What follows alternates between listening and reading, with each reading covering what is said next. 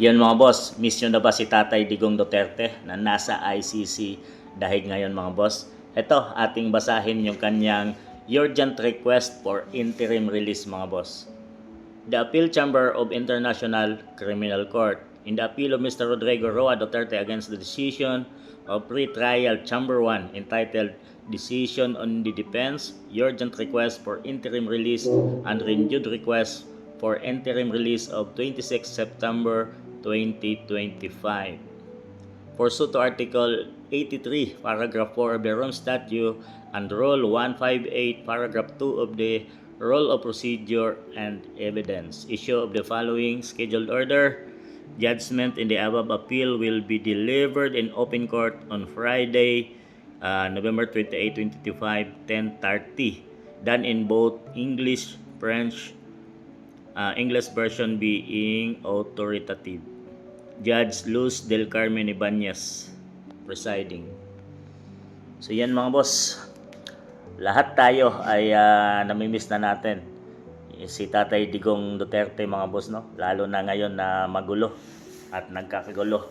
Kaliwat kanan na yung mga rally na nagaganap sa ating bansa.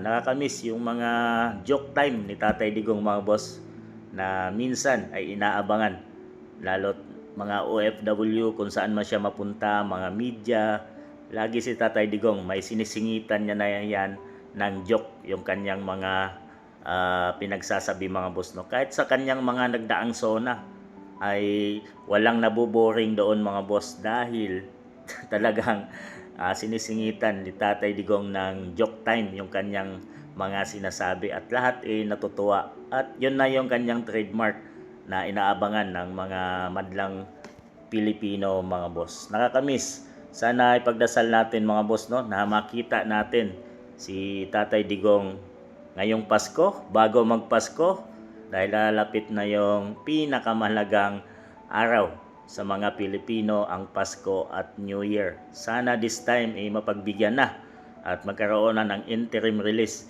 itong si Tatay Digong, no?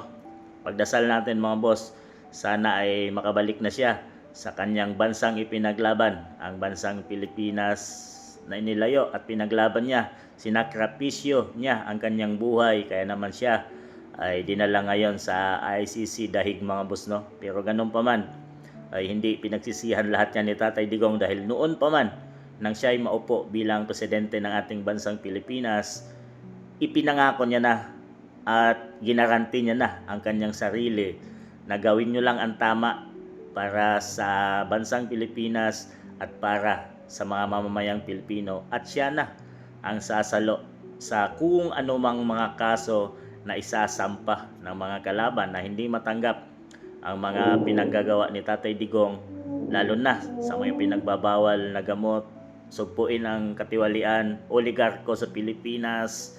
Yan, marami siyang inapakan at kinalabang tao, kaya naman ito ang kanyang kinahinatnan. Nasa ICC dahig na siya ngayon at sana 80 years old na si Tatay Digong mapagbigyan, magkaroon siya ng interim release.